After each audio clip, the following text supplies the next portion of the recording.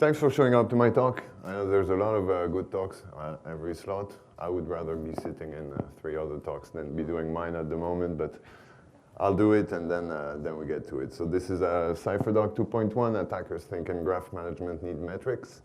I'll be presenting a little tool I built on top of a Bloodhound to manipulate Bloodhound data with PowerShell.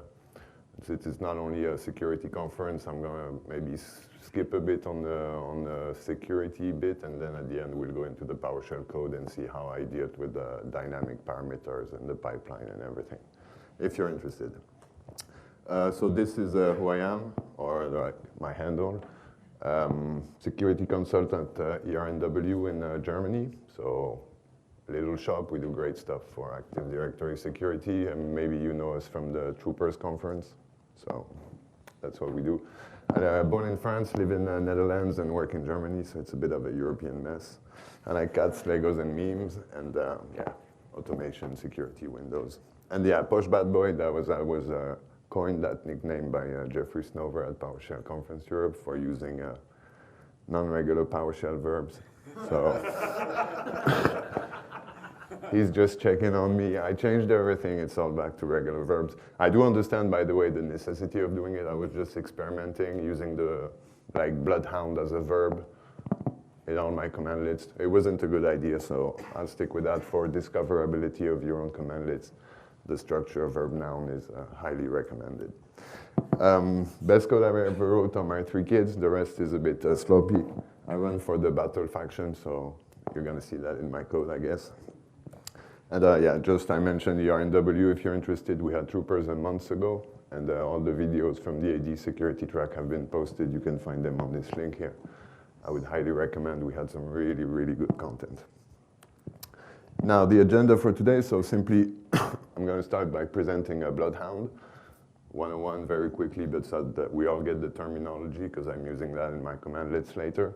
Then I'll do a quick brush up of Cypher, but we're not going to go into Cypher, and then I'll present CypherDog and mostly demo the code. So Bloodhound 101, it's going to be fast, so I stole this meme from the Bloodhound guys, but I just love it. It was created by Harmjoy, Waldo, and Captain Jesus, so the 3 of them now work in the area somewhere for Spectre Ops. It's a AD attack path graphing tool, and if you haven't seen it yet, or usually the first time people see it, it's a real eye-opener for the structure of your Active Directory.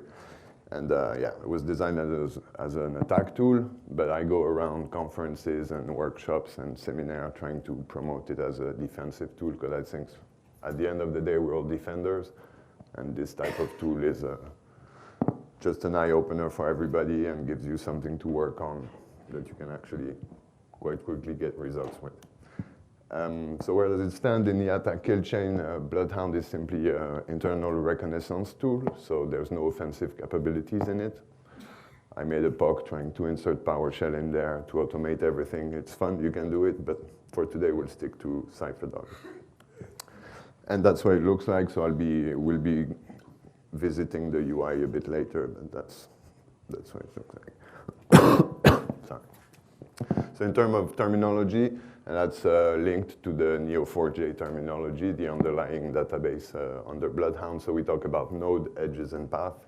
A node being any type of object on the graph. An edge is a relationship between 2 nodes, and a path is simply nodes connected by edges, a chain.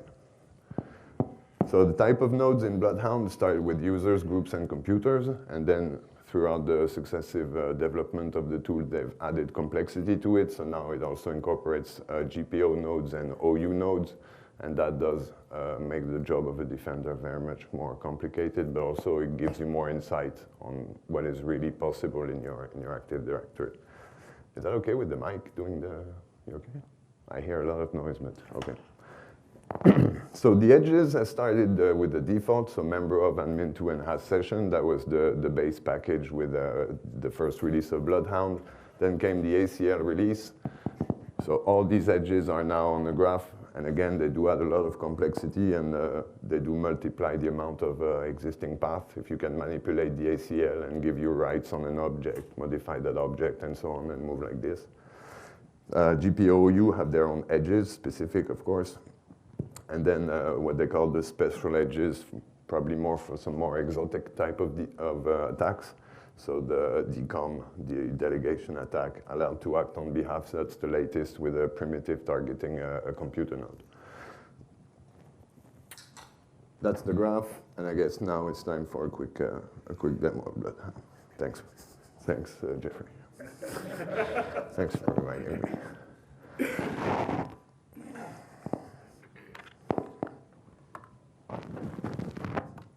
Sorry. So, Bloodhound. So that's what it looks like out of the box. There's a sample database I'm running it on for practice, but you can also generate your own data set from your test environment, of course, or using a script that Captain Jesus wrote to generate a database for practice. So very quickly, here, for example, in the graph, you would see, I'm just going to pop a query, find all domain admins. And that's the one we have. So here you have the end group, domain admins, and you have all the branching with those nested groups, and you see at the end the users part of this group. So who has already, oh wait, who works in security? Okay, most of you. Who has worked with Bloodhound already? Who has never seen it? Okay, so what do you think of this type of representation of Active Directory? Is that not something Microsoft should eventually bake into, I don't know, I find this type of, more than looking at a list of groups and you understand nothing in a large environment. This speaks, and then you can go back to the list, but at least you saw the graph and it kind of makes the deal. So there's a lot of options. I'm not going to go too much into it, but you'll find here some pre-made queries. So shortest path to domain admin in a specific domain, for example, and you would see that all the users here have a specific path, and you can have a look at the relationship. So this user is a member of that group. This group is admin to this computer. So this user is admin to this computer. This computer has a session for this user. So meaning if I'm an admin to this computer, I can probably get the creds and move on, become the other users. And that's how you move on the graph to reach your target, basically. Loads of cool options here. I'm not going to detail them, but there's a lot of documentation already available online for Bloodhound. Most interestingly here, you can start to input your own custom queries, and that's where the Cypher goes. That's part of the pain also, is that this tiny box here to work on your queries is, I find it complicated. So that was the start of the idea for building CypherDog behind. That's about what I'll say for today. Yeah, loads of cool options, and then, yeah, maybe I should show if I'm going to show it in the demo, but for any edge, you can ask for help on this edge, and it will give you the info on this type of edge, how to abuse it, the OPSEC consideration, and there's even bits of code in there, so it's quite well done. OPSEC consideration, so what artifact will you leave? Like I said, we're all defenders, so the guys who built this tool also have been the mindset to make that available as knowledge for both sides, basically. And then you get references where you could go and read more, get your information, and document your moves or your defense accordingly, basically. When you click on the node, you will see properties of this node being listed. So on top here, the properties of this type of node. And then here, a lot of little, how do you say, count is made, and you can click on the numbers. So for example, here, he's a direct member of two groups. If I click on the two for this user, I will see what group he's a member of, reachable high-value targets, for example. So all this is available by clicking through the UI, which is good. Yeah? How does it determine the local admin rights through GPO settings? When it collects, you mean? You know how it listed on that computer that these are the local admins on that? Yeah, so it comes in two parts. There's the first is a sharp hound. I'm going to talk about this. It was going to be on my next slide. But the collection is done with or a PowerShell script or an exe that you run on the target network from domain join machine. You could run it with admin rights, and you get a bit more accuracy on your session, but it also runs with regular user rights. And what is happening under here is simple LDAP query to the domain controller and Win32 API calls. So the information you're gathering here has nothing secret. You're just asking Active Directory what it's made for. You're digesting all this and graphing it into a human understandable way. But all this information is known. You can query it directly with PowerShell commands to the DC, or this is done here in a synthetic way, basically. So the language behind the database. So every time you click on a number here, let's say this one. If I click here, have a look in the bottom, you're going to see the query changes. And that's very handy when you're learning Cypher, that everywhere you click, you get the matching query. So you can like take this query, paste it, start to modify it a bit, play with it. But mainly what I want to talk about now is this language. Because to get the most out of Bloodhound, you're going to have to be able to do a bit of Cypher. It's not always easy. I find it a fun language. So let's have a look.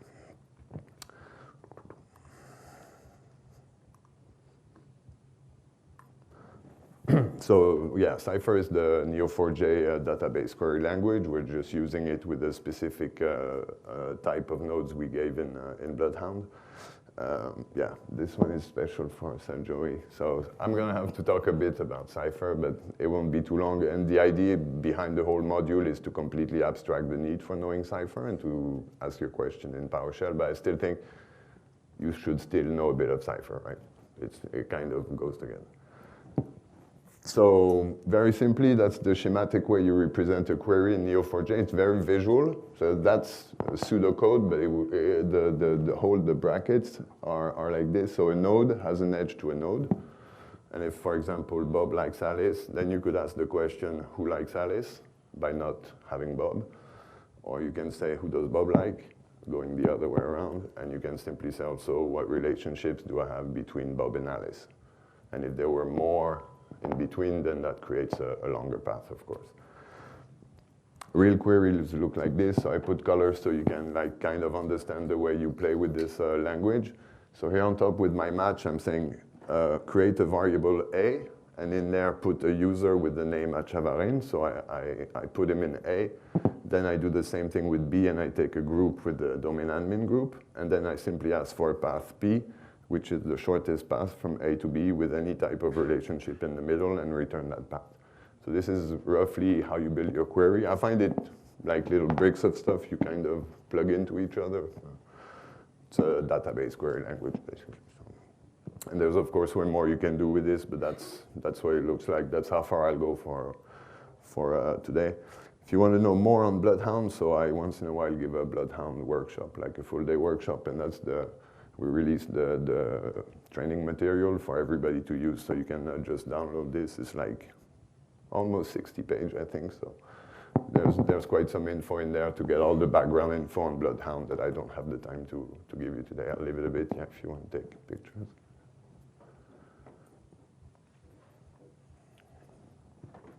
Not me. Good. So what is CypherDog? Then we get into the meat of the real PowerShell, which you came for. For me, the idea here was simply, again, to remove all those clicks. You see that in Bloodhound, you do have to click, click, click. Like we're PowerShell people, so we don't like to click, and we like to be able to do it one time and then at scale. So that was the whole idea with this PowerShell module. What I tried to bake in there, so it was also like, when you start to write a module, you have a choice. You decide it. That's why I love also writing my own commandlets, is that I write them for me, and then I share them, but I just like playing with it. So of course objects, but I also wanted a short and easy syntax. So my challenge was to try and remove all the ticks, so that everything is positional, and you can almost, it looks like English when you type it almost. That was a goal. I wanted tab completion everywhere, also on the usernames, because they're very long and I can't really type, so I make typos. So I just type 2 letters in tab. That works good for me. So this is why I had to use dynamic parameters, which is a bit of a pain. I don't know how many of you have used it already? Yeah, enjoy it? Yeah, it's a pain. And then I wanted something, but I discussed it with Lee Holmes. He said, maybe you can do, I'll have to look into it. I wanted dynamic output type. I didn't find that. But I don't know if that's, I'll keep searching, because that would be cool to be able to still have your properties tab complete after the where, after the pipeline. But for that, your commandlets need to know what it's outputting, and my commandlets node can output users, groups, and computers. They don't have the same property. So I'm looking for a way to kind of hack the stuff, but I didn't find it. Now, of course, like I want pipelines, so I'll show you at the end. You can build very long command lines that kind of follow the graph, and you can at every hop say what you want for the next one. And it's just, I find it funny. The benefit of all this, well, of course, you can manipulate the data, so add nodes, add relationship to the graph during your engagement or in a long-lasting defense kind of mapping you would be making. You can output metrics, even though that's not easy. We're still searching for what would be the exact good metric to determine the security posture of an Active Directory. I think it's hard to give with one number, but probably by crunching the data here and finding some relevant indexes, we could start to align and compare. I'm annoyed that you cannot compare environments because there's no reliable way of measuring anything. So it's a bit of a feeling. I give you 3 stars, I give you 2, I give you a smiley, a thumbs up. It doesn't make sense. What we do is way more complex than this, and we need to find a simple way of expressing it to management, but that still doesn't make our job look like we wing it. So it has to be measurable, and that's, for me, I think the data in Bloodhound is a treasure trove. I'm still searching for the right way to represent it. You can integrate, once you have your commandlets, you can do things at scale. You can integrate it with other tools. So like I said, I tried to integrate Empire in there. And you are seeing your Empire infrastructure at the same level than your targeted infrastructure. So that was quite cool. Metasploit 5 has a REST API, so I'm thinking I will do it. And now there's a new C2 that came out from Jared Hyde faction that also has a REST API, so I'm going to build a module and try to put it in there. Then you would have all your attacking tools, and it would be quite cool. And then you can automate the red team. Slow down. But yeah, it never stops. The more you put in your Lego box, the more at the end you can start to build crazy stuff. And yeah, the no need to master Cypher. So here again, I think it's no need to master Cypher to use it. It's also a good way to learn Cypher by using CypherDog. I'll show you every commandlet has a Cypher switch. Instead of running the command, it would output the query you were building with PowerShell. So that's the list of commandlets. I might have gone a bit overboard, but do notice those beautifully appropriate verbs, please. No, it does make sense in the line, but I made sure to add Bloodhound so you never use it really, and you use the alias. That makes your life easier, or my life at least. Okay, let's do that.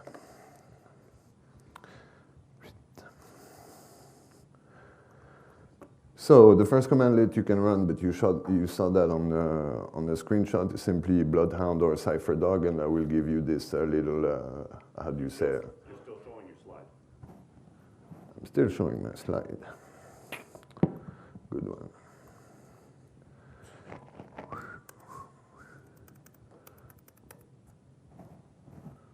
Not on mine though. Here we go. And slideshow. Are we good? Am I good with the size? Everybody sees everything? I often forget to ask, and at the end I look at the video and I'm struggling to see my own stuff. So everybody, okay, here we go. So that was it. So simply this is a cheat sheet for me. The name of the tool will give you all the commands you can use with it. And I try to order them in a way that you can find them quite easily, let's say. But yeah, there's a lot in there. So the full syntax would be get Bloodhound node type computer, and this will return all the computer nodes in the database, and we see that we have beautiful objects like we like, and all the data that you could find under the property tab of the user is actually reflected directly as an object. So here again, nothing revolutionary, except in the UI, if I want to compare two nodes, for example, I simply have to click with one, remember the data, click to the other one. Here I can simply ask for nodes and, format table at the end. And you get a nice little list of your nodes here and with all their properties aligned, and you can start, like the PowerShell way, you can start to do your stuff.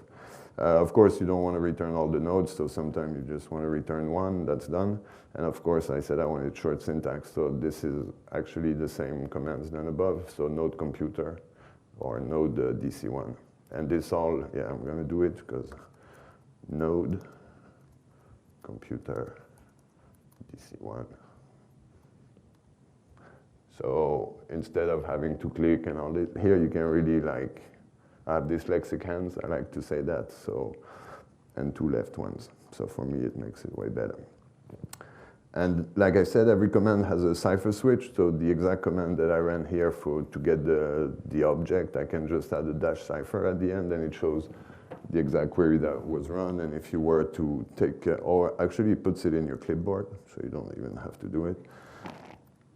And then you can see this node here in the UI if you were to want to do that. And you see all the properties are lined up here, and the calculation is already done here.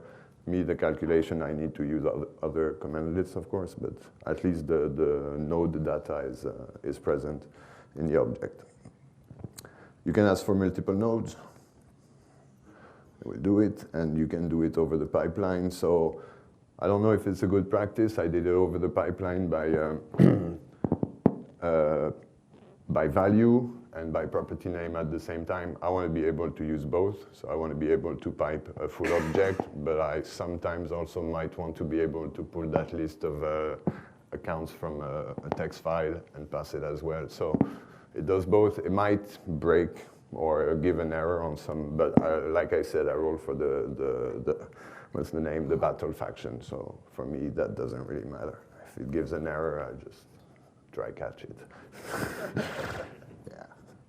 So filtering, you can do filtering the PowerShell way, so with the where, but that means I'm bringing back all my user nodes, and then I'm doing the filtering here. So on a large data set, of course, that's more data to be retrieved from the database, but you can do cool stuff like give me all the computers where the operating system matched 10, where unconstrained delegation is false, select the name and the object SID, give me a nice table of this, and you immediately get what you're looking for, which again in the UI is not that easy. Just saying. So it's a good complementary tool to kind of jump from one to the other. Ideally, I would love a little PowerShell console in Bloodhound directly. We could do cool stuff. I'll talk to Captain Jesus about that. You can search by partial name. So here with the node commandlet, you're returning nodes directly. There's a node search commandlet, and you can search Bloodhound node. So here I'm searching for a group with the word admin in the name, and I want the name and description. So here are all my groups that have admin in there. And you can, of course, do the shorter syntax to go with it. You can search by property. So search Bloodhound node computer with a property and constraint delegation set to true, and so on, and the short syntax again. You can search if a property exists, that doesn't. You can search if a property doesn't exist, and you can get the cipher for it. Well, I think I won't do them all, but the code for the demo will also be is also posted, so you can, if you want to practice with it, you can run all those commands. I'm just gonna fly through it. Now asking for an edge. So here you're querying per relation. So here I'm asking for the user, Guy Catania is a member of what group? And I can get that quite quickly. So you see the group objects here. So I have some aliases that you don't have. Count is one of those that instead of doing measure object, select, expand, select, property count, I just have an alias for count because I use it very often. But yeah, you would have to do the full commandlet if you're running the demo. So here we're only asking for direct members of this group. And you see there's two of them. If I put a star, then I'm asking for at any degree of membership. And here, if I count, you're going to see that actually you thought you had 2 admins in this group, but there's actually 7 people by nested group membership that have admin rights on this. You can get the cipher for it, and you can have a look at this in the UI, and that looks good.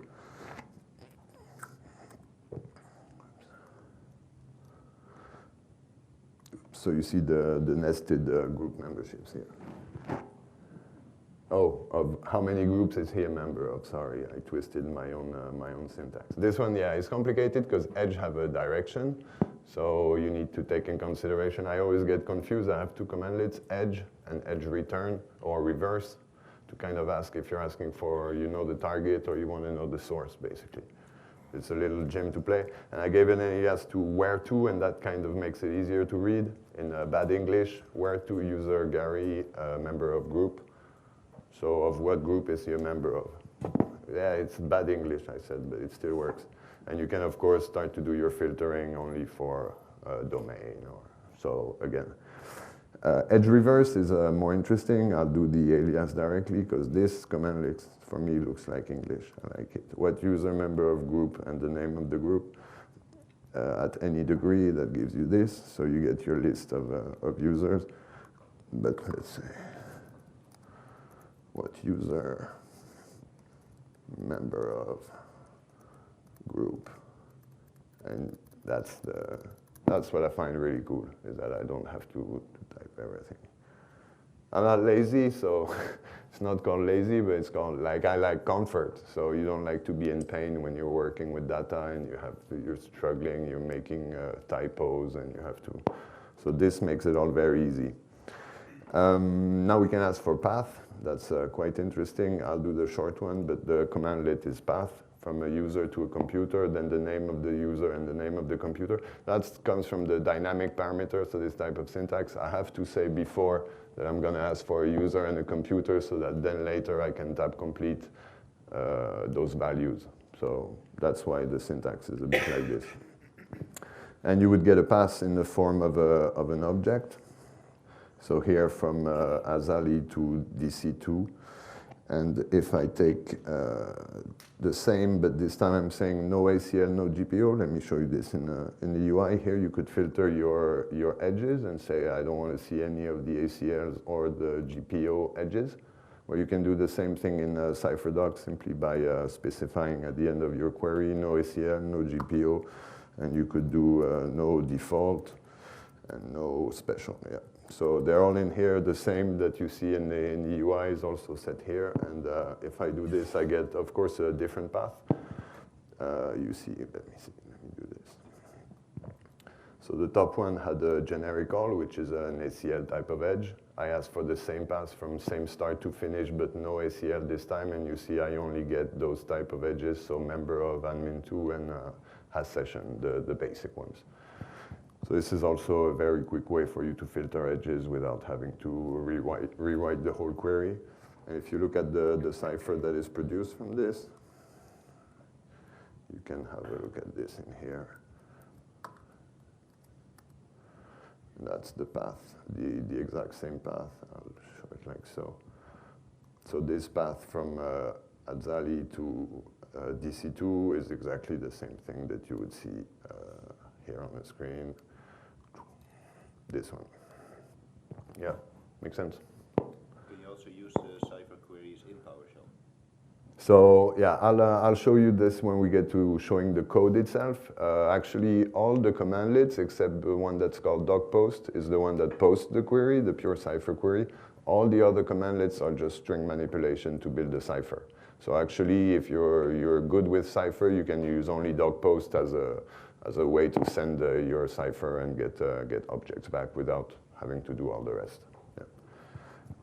Thanks for the question, Yap. So you can ask for the shortest path, and there could be actually other shortest path or other paths of the same length, but that are not shown. If you ask for shortest path, he's going to choose the first one that comes back of that shortest length. But if you add the all switch, then you will get more path. Well, not on this one, but you would get more paths of the same length. The difference in the query, instead of being a shortest path, you see here it becomes a all shortest path compared to this one that was simply a shortest path type of query. So this little switch changes the Cypher accordingly. And then there's another type of query, this one without specifying all shortest paths or shortest paths would give you any path. This is a bit dangerous on a big data set. if you're not specifying from what node to what, because then of course you're going to choke on the data, at least for visualizing it. Max, yeah. So I put a safeguard that if you don't specify a maximum number of hops here, he's going to put one just for you, and then you could go and increase it if you want to see more. But if you don't put a maximum, he might just, I'll stop that. There's a lot of them. Opa, yeah. And if you want to see that in Cypher, that's this one. Am I going to try this in the UI? I don't remember. Could be disgusting. Yeah. It is, but so my database is a fake training database. Do expect in a large environment, if you collect all the properties and you display all of them, you will end up with a bowl of nodes and relationships. So you do have to know a bit of Cypher to be able to pinpoint what you're looking for. You cannot look at everything in one go. It's a too complex environment, basically. Now we can create nodes. I'll go very quick over this. So I can do a node create user Alice, or the long version up. Now I can have a look at these nodes. They're created without properties, so I could also create them with the dash clone, and it will look at the type of node you're cloning and give you empty properties of with the same that the other nodes have. So this is just a nice way to have stuff still aligned properly when you request, that they all have the properties, even if they haven't been created yet. You can update also with the properties directly, and then you can have a look that our nodes they have a new property, and the TBD, the true for admin count, has been set. So you could script basically a whole fake database like this, if you want.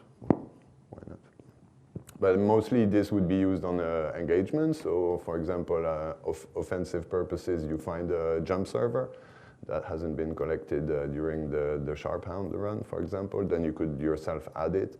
You could, I don't know, find new users, add them, or anything you create during an engagement, you could add on the graph without having to requery the DC, for example.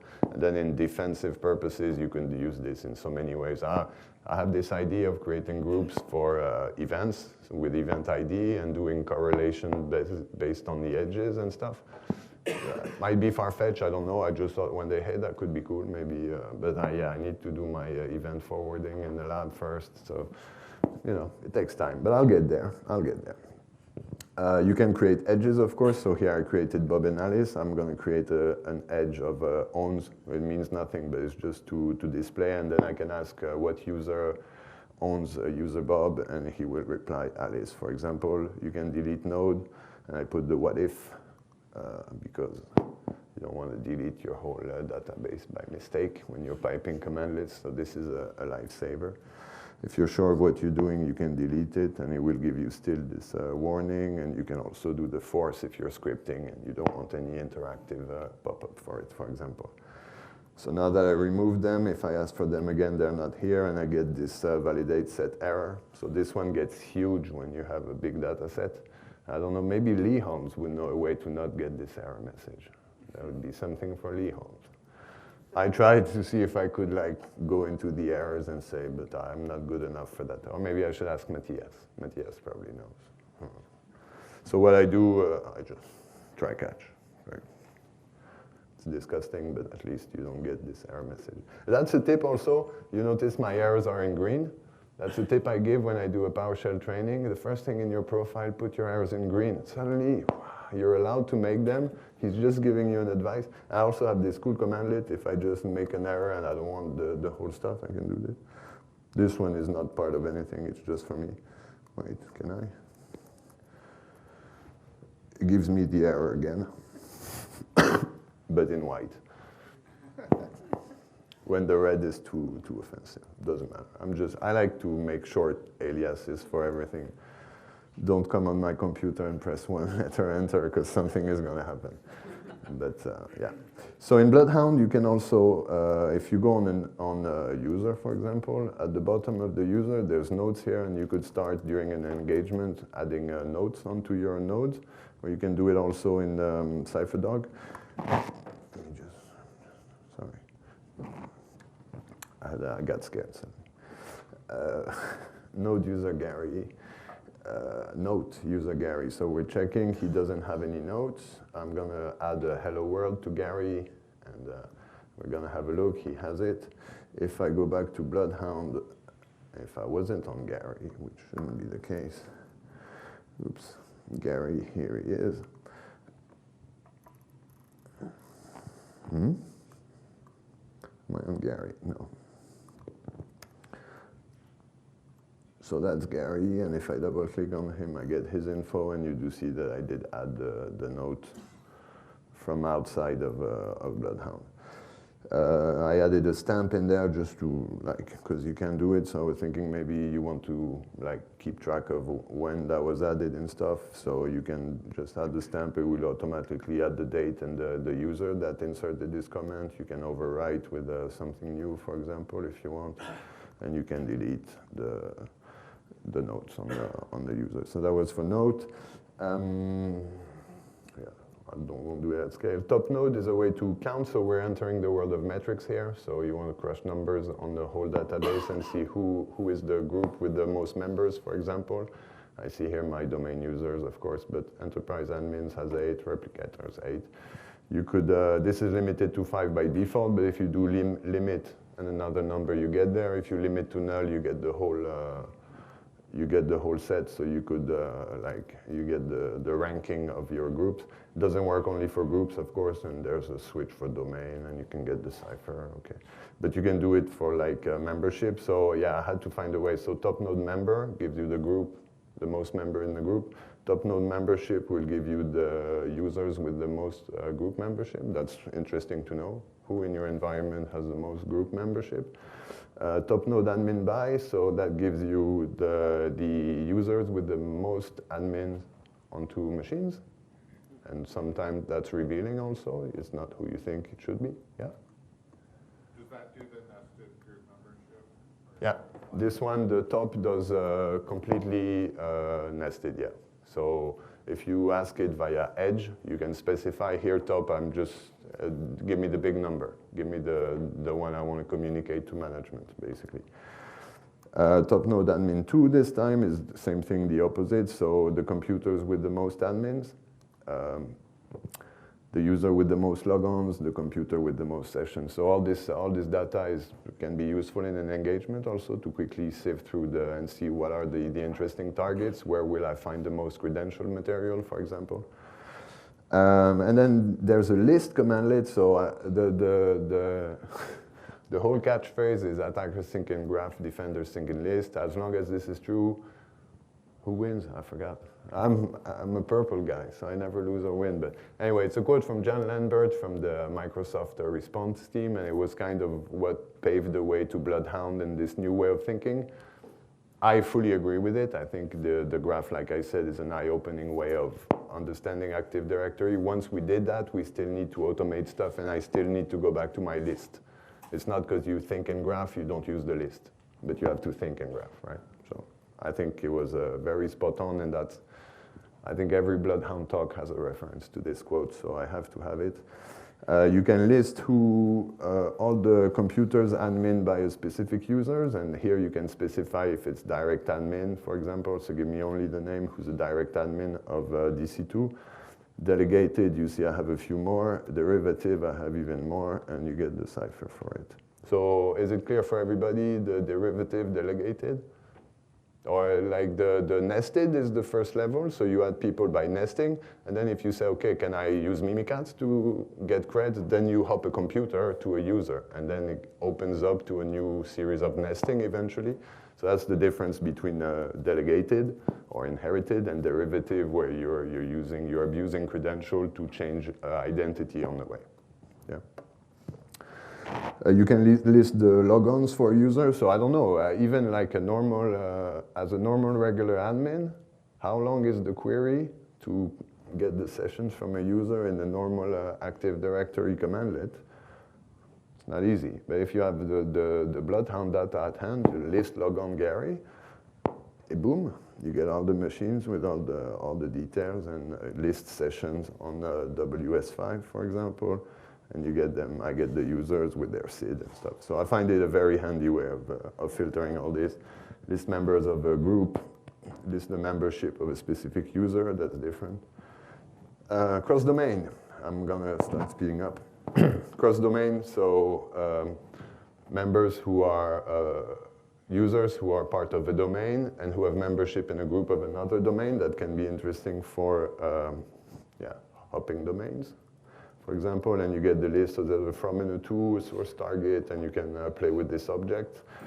You can ask the same thing for sessions, for example, so cross-domain session. And of course, because it's PowerShell, whatever you do after the pipeline becomes your own adventure. So you can use all your set of commandlets built in, your own, whatever you have, any great ID. I like it. In the UI, so there's a way, when you click on a node, you can mark it as owned, meaning you've already been on this target, or you have the credentials of this user, or you can mark it as high value. Those two little options exist here. You see this one here is marked as high value. He has a little diamond on it, where you can retrieve or mark. Well, marking is just adding a property on the node, so you would use the normal node update commandlet. But you can retrieve them easily. I think like when you're writing code and the code gets complex, it's nice to have this owned computer as between brackets to read it easier than if it was another command. So that's why I created them. So here I have all my own computers. I can get my high value groups. And you can do the same for high value user. And you get them like this. Okay, next, so that's not built in Bloodhound, but it was an idea that, okay, when we look at path, they have various lengths, and we kind of get the shortest path. And the idea is maybe that the shortest path is actually not the cheapest to attack. It could be that a longer path has more nesting. Nesting, you don't have to do anything to move into the graph with nested groups. So actually it could be that a path with 10 steps and 8 are nested is actually shorter to attack than a path of 5 where it's all steps to be taken. So the idea here was to find a way to catch this. And simply what we do is somewhere in Cypher, I can show you the Cypher actually, I think, yeah. Somewhere in Cypher here, I'm making him count the relationship where the type of the relationship is not member of as the cost. And then you get an extra piece of info on your path that can be useful eventually. And you can do the same, of course, all the filtering and is available. So the cheapest path, and that's the Cypher to go with it. So this Cypher, I cannot paste it into the graph. In the graph, you can only return nodes or path, but you cannot return this type of, well, the path, yes, you could actually. So here I'm asking for the path from user Gary to a group, and you see in the groups here I put my high value group name, so that makes it kind of easier to read. And you're starting to do stuff at scale. I have a little like commandlets to fix the ID, because here all my IDs are on 0. That's the way the pipeline works. He's passing the object one by one. So then I have a fixed ID to put it back in place. And then you can start to do also this commandlet. Path cost is the equivalent of cheapest path. So I can calculate the cost on a series of paths with this. Oops. And you see here that of all the path 10 has a cost of 0 actually, and so on and so on. And yeah, I also calculate the amount of hops. I think that's interesting data to have, just knowing how many computers do you touch on the way. So that's the hops.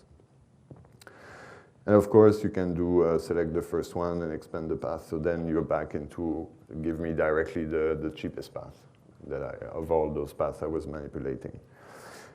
Pipeline combos. So what user member of group Shema admin? Give me the name. Okay.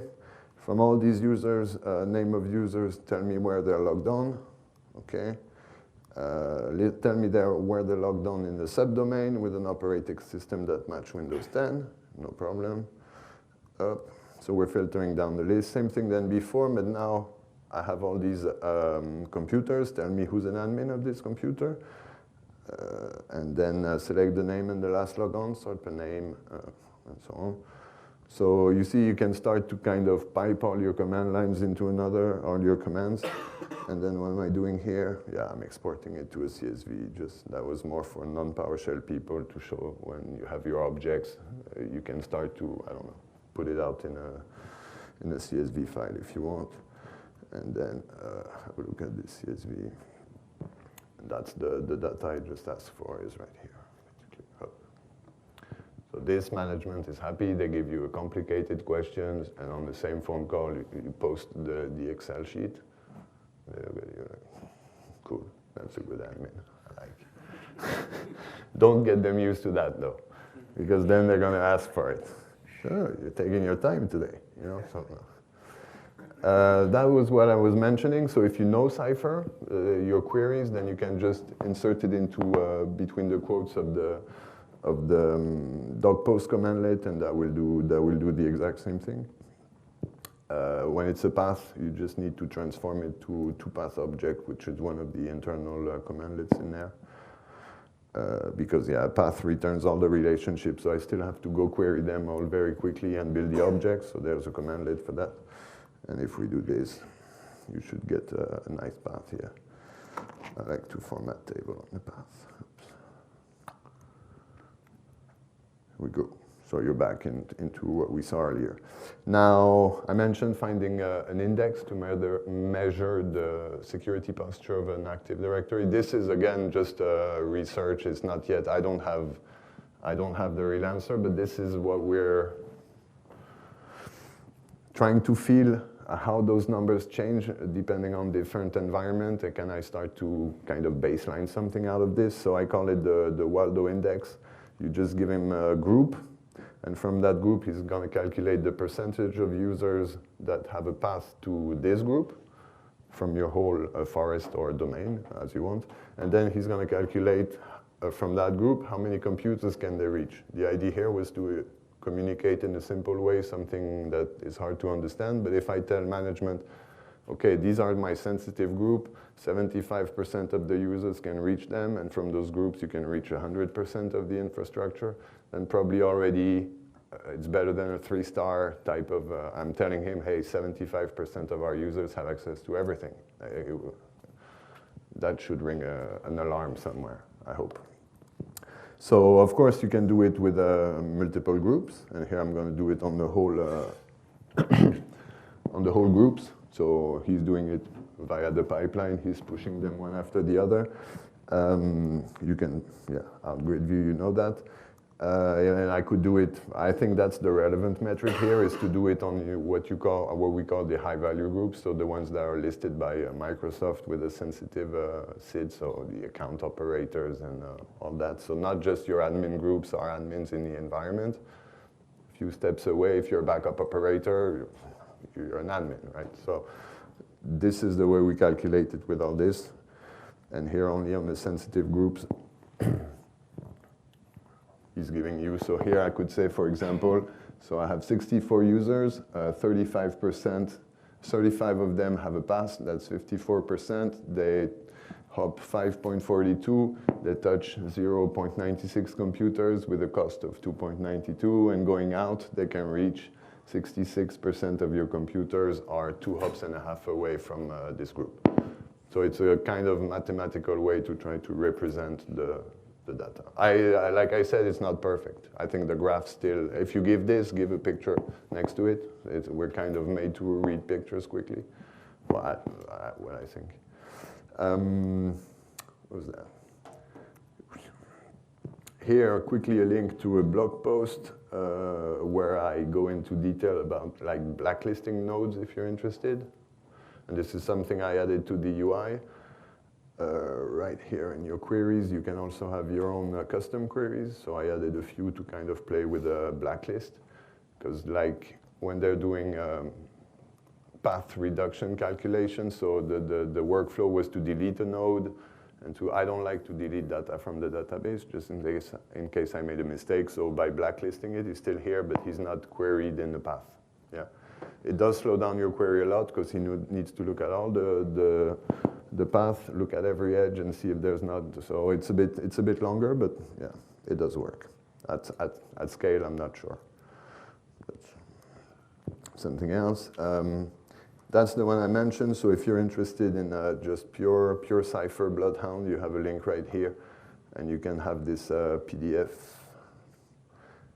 I have a Bloodhound training next week, so you will have updated material after next week, reflecting the whole 2.1 stuff. For now, it's like Bloodhound 2, I believe. But yeah, there's there's like a lot of links to extra info to Neo4j sites. So if you want to dig into it, I would recommend this book, of course. A bit of self-promotion, otherwise nobody does it. So that's about it, like for the commandlets. I hope you found, or at least it gives you an idea of what you could do with it. And now, with the time left, we're good. Maybe like show a bit of code. So I don't code like you guys. I'm not Yap or Matthias or any other type of good coders. But I'll still show you my code. This is going to be public, so I hope it's okay. I like to put IC. Yeah, I didn't show you that. It's quite cool. Looks good, no? Beautiful. It takes a while. People underestimate. Yeah, it takes a while. So I'll share it with you guys. So the structure of the code is quite cool, and that's if you're working with something completely different in Neo4j. You come in here and you change what we use for Bloodhound, and the whole rest of the commandlets will still work. I did this because like I wrote the first one a while ago, a year and a half ago, and then Captain Jesus added so much stuff, I thought, oh, I have to rewrite everything. So now he can add new edges, new node types, new anything. I just pop them here in the enum, and the whole rest still tab completes. I use them for tab completion here. The cool bit, the bit I like in this code was the dynamic parameters. So dynamic parameters are a pain. Like I'll show you a commandlet that has some maybe. Is that me? No. Yeah, I like to make nice tables like this also. I don't know, my code looks like strange code, but I understand it, and like I said, I write it for me. It's very bad. So here you see the dynamic parameters. Normally you end up with a very long block because it's you have to specify everything manually. What I did, and I'm quite happy with it, is actually I have a function called din parameter, and you can pass what you want to it. And then if I go back to the function, wait. Let's do this, because